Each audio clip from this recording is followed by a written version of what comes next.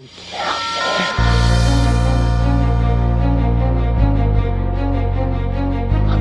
out, man.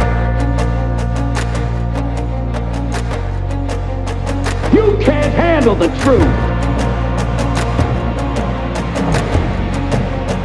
You can't handle the truth. What do all men with power want? More power. My name is Gianluca Zanna. I was an Italian by birth, and I became an American by choice.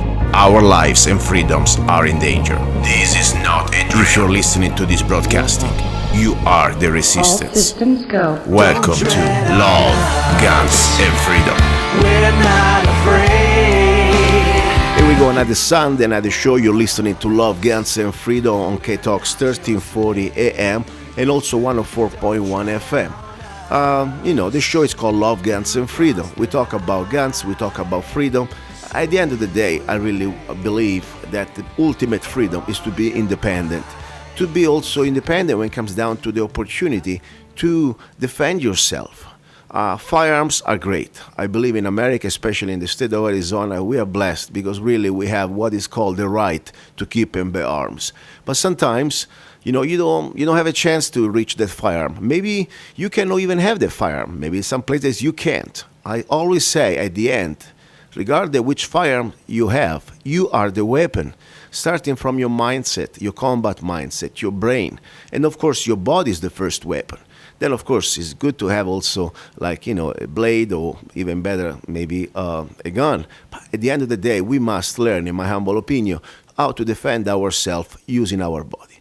I'm kind of a student. I study everything. I like to learn everything. And the last, time of my life here, Kingman Force, I started to really research and study the art, because it's an art and also a science of self-defense. Among the different type of, techniques, because I don't like martial arts. I'm not into arts when it comes down to defending yourself. I don't do this for sport. It's a necessity. It's a practical aspect. I stumbled, that's pretty much been around for a while, but in the martial arts that is technically, as I said, is mostly a self-defense technique or a system called Krav Maga. And, I believe that things happen for a reason. I found also a very interesting man from the other side of the U.S., in New Jersey, who is a professional Krav Maga instructor. And also we're going to have him here at Kingman Force at the end of March to have a great seminar to try really to understand the foundations of Krav Maga. Now, as I said before to Greg, I don't want to destroy his last name. I'm terrible at that. Let me just announce him as Greg, and he can introduce himself. Greg, are you there? Yes, I'm here, Luca, and I wanted to thank you for inviting me to be part of your radio show.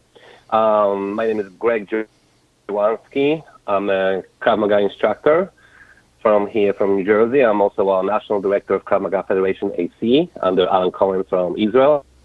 He's one of the best Krav Maga instructors in the world. And I'm a founder of Performance Krav Maga schools in New Jersey. We teach self-defense. We teach Krav Maga. Krav Maga means contact combat. It's a self-defense system that was developed for IDF, Israel Defense Forces, and later on adapted for law enforcement and civilian needs. So it's a very practical system that is designed, basically for self-defense. Yes, and let me tell you something, because, as I said, there are a lot of Krav Maga out there, but your organization is linked directly to the founder, because, at least the foundation came from Israel. And give a little bit briefly the history of Krav Maga, because many people may know it, maybe may not know it. Please, go ahead. Sure. So the beginnings of Krav Maga are in pre-World War II, reaching to Czech Republic, Czechoslovakia. There was a wrestler and boxer named Emil Lichtenfeld. And when the Nazis started to attack Jews, he decided to form a resistance. Quickly, he found out that what he learned so far, it didn't work on the street against, multiple attackers, against sticks, against knives. So he started to develop a new system, and this is really beginnings of Krav Maga. When State of Israel was formed, Imi Lichtenfeld was asked to lead hand-to-hand combat for IDF, for Israel Defense Forces. And he did that for 17 years. During that time, Krav Maga, that's where the Krav Maga got its name. It was developed, it was approved, it was proven to be effective in the battlefield. And for all this time was a top secret. Nobody knew about Krav Maga except for IDF. In 1964, Imi retired from army, and he opened his school in Israel, in Netanya, started teaching civilians, and that's when Krav Maga started take its new form when it was suitable for civilians and also was taught to law enforcement. So right now, the Krav Maga is being taught to special forces, special units, FBI, Navy SEALs, of course, in Israel to Mossad, Lotar, and everybody who needs to learn very effective self-defense system. Greg, I can ask you something. And, Can I ask you something, Sure. Greg? When did you start? Every one of us has a moment of, initiation, a journey when it begins. Can I ask you, when did you start your journey with Krav Maga? I started Krav Maga about 10 years ago, and my background is judo. I trained judo when I was younger. Then I had injury to my back, so I had to stop training in judo, and I thought that was my martial arts years were over until I saw a program on TV about Krav Maga, and I was just amazed how effective it was, how simple it was to learn, and I decided to start training. So I found a nearby school. Then I've met Master Alan Cohen from Israel, and I started learning Krav Maga directly under him. I see.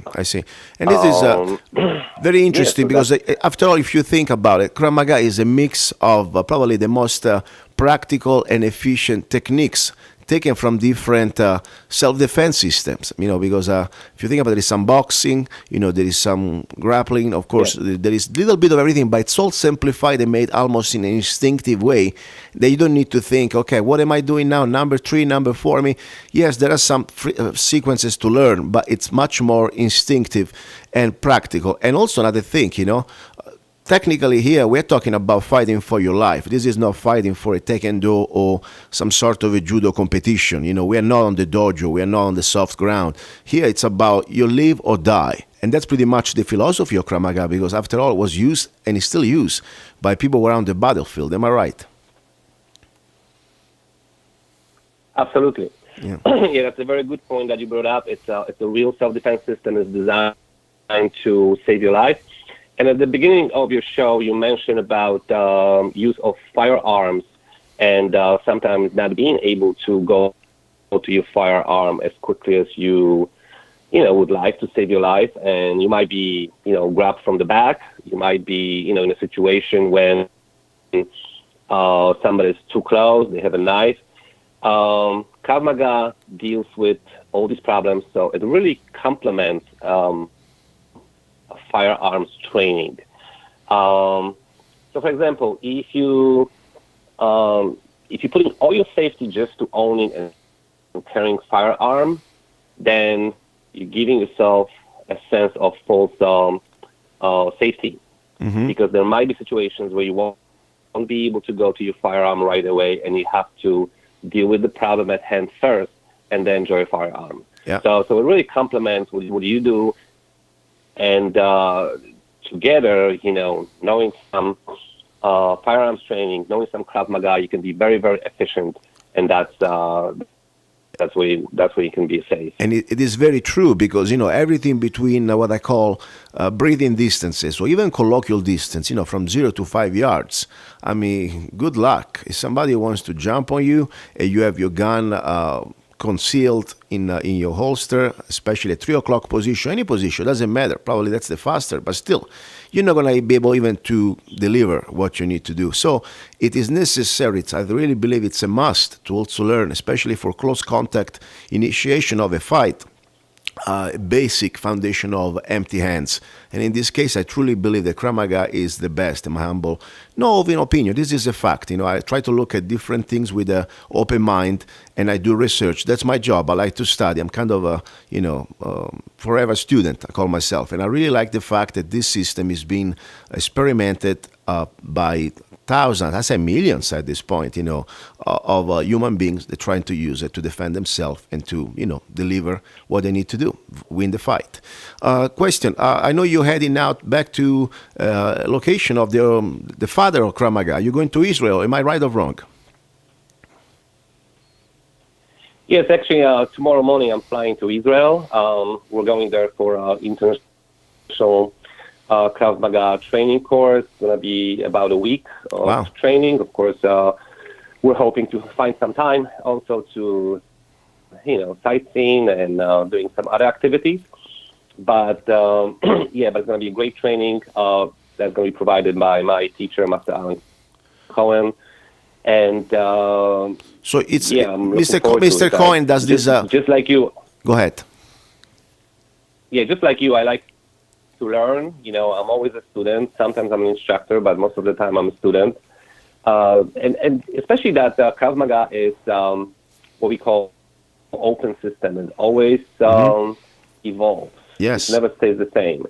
That's because, the tactics of the terrorists change, the weapons change, the length of the weapons changes. So we have to adapt. We can't just stay with same things that we've learned 10 years ago, because there are different situations, there are different tactics that we're going to have to deal with. And that's why, you never stop learning Krav Maga. Once you're in it, and, you will want to do it. Yes. Because it's always interesting. There's always new aspects. There's always, new problem to solve. And it's never boring. Yes, and it's true. By the way, I was studying a little bit about also it all evolves because the mentality is every time you can bring something that can work, you test it, you have an open mind, and you test and you verify it, and then at that point you can assimilate into your curriculum, to your system. This is not about ego. Okay, my system is better than yours. I think the goal here is to provide the best, most updated system, and that's what I like about Krav Maga. It's an open system when it comes down to self-improvement. That's great. I mean, sometimes you go with more traditional martial arts. Hey, that's the way it is. Don't do it differently, otherwise they're gonna send a letter from Japan or China that they're gonna excommunicate you. Just kidding. But anyway, that's the point. This is an open combat system. Now, listen. Let's talk about briefly. We have the 30th of March. 2 days at Kingman Force, a great seminar. I'm very humble and proud that we were able to find each other through Facebook, and because I really want to start, my facility, mostly firearms. Now we do also empty hands, but now finally we would like to start to implement Krav Maga, at least a good foundation. So we're going to have this first seminar with you, 30th and 31st, I guess, of March 2019, 2 days, Saturday and Sunday. Briefly, what we're going to talk about and what you're going to teach us or share with us. Okay, so it's going to be very intense. So we're going to learn a lot. We're not going to spend, a lot of time just socializing. It's all about training. Of course, everything is going to be explained, but we have a lot of room to cover. We call it comprehensive training seminar, and there's also going to be instructor certification for some people. But basically what we need to do is cover about 70% of our curriculum. So it's going to be a lot. We're going to start with basic self-defense, defense against punches, kicks, grabs, guillotines, chokes. This is very important. It's a real self-defense. It can happen on the street. And it does happen a lot of times. It happens a lot of times to women. This is how they get kidnapped. So it's a very important aspect to cover. The other thing that we're going to cover is weapon defense. So we're going to spend significant amount of time on learning how to defend against the knife attacks and the knife threats. Even if you have your firearm on you, you won't be able to draw if somebody attacks you with the knife from less than 20 feet away. So 20 feet sounds like a long distance, but that can be covered before you can draw your weapon. Yes. So we'll spend some time on knife defense. We also spend time on defense against stick attacks, which could be a baseball bat, could be a baton, could be a piece of pipe, or any weapon of opportunity that was picked up right before the fight. And it's dangerous because there's the attacker has an extension of his arm, so we have to cover that as well. And of course, defense against gun threats, very important. If somebody has an opportunity to come to you closely and they have a gun, even if you have your firearm on you, they already drawn their weapon, so you cannot go for your firearm. You have to deal with that threat first. And we're gonna spend time on defenses against gun threats from different angles, gun threat to the head, to the chest, to the side, to the back. It's very important to have those skills if you're serious about safety. So, like I said, we're going to cover about 70% of our curriculum. It's going to be a lot, but everybody's going to be able to learn those techniques, and hopefully, being able to implement them in real life situations. But we're hoping those real life situations never happen. Yes. And also, the idea is always this one. We give you the foundation to start your journey because, I wish in 2 days, okay, now I'm an expert. No way. It takes years and you still never stop practicing and learning. But at least when you know how to do it correctly, you can start to have a foundation to continue your training. That's the idea, at least for me. But listen, I want to give you the floor. Normally, that's what I do with my guests. You have like 2 minutes, whatever you want to say about any topic, not censorship. You got the floor before I let you go. Okay. So,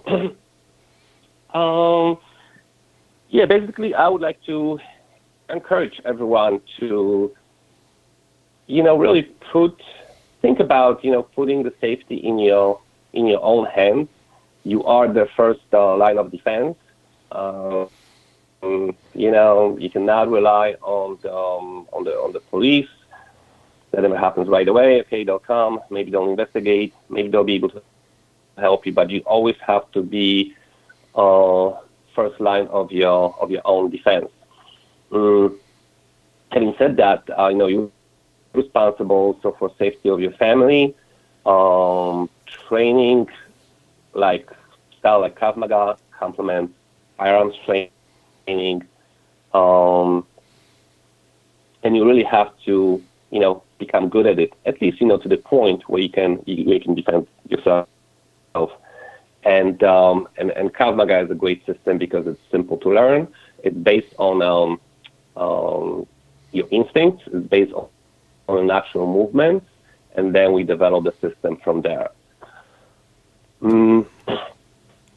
So I would say just, come to Kingman, give it a try, learn something valuable, because it may pay off later on in your life. Very good. Listen, I can't wait to see you, and my best to you and all the people on New Jersey. I don't want to go too much into politics, but it's a tough place to be. At least for me, would be kind of impossible. I completely commend you that you're there in the state of New Jersey, where guns, they're pretty much like I don't know, a bad word. Okay, only criminals can have guns. That's I know what you're saying. That's don't even get me with taxes, but that's another story. Okay, let's stick it with Krav Maga. Listen, thank you very much, and have a great trip for your journey. Okay. Thank you, Luca. Thank you. I'll see you soon when you come back. Thank you. And there was Greg. Thank you.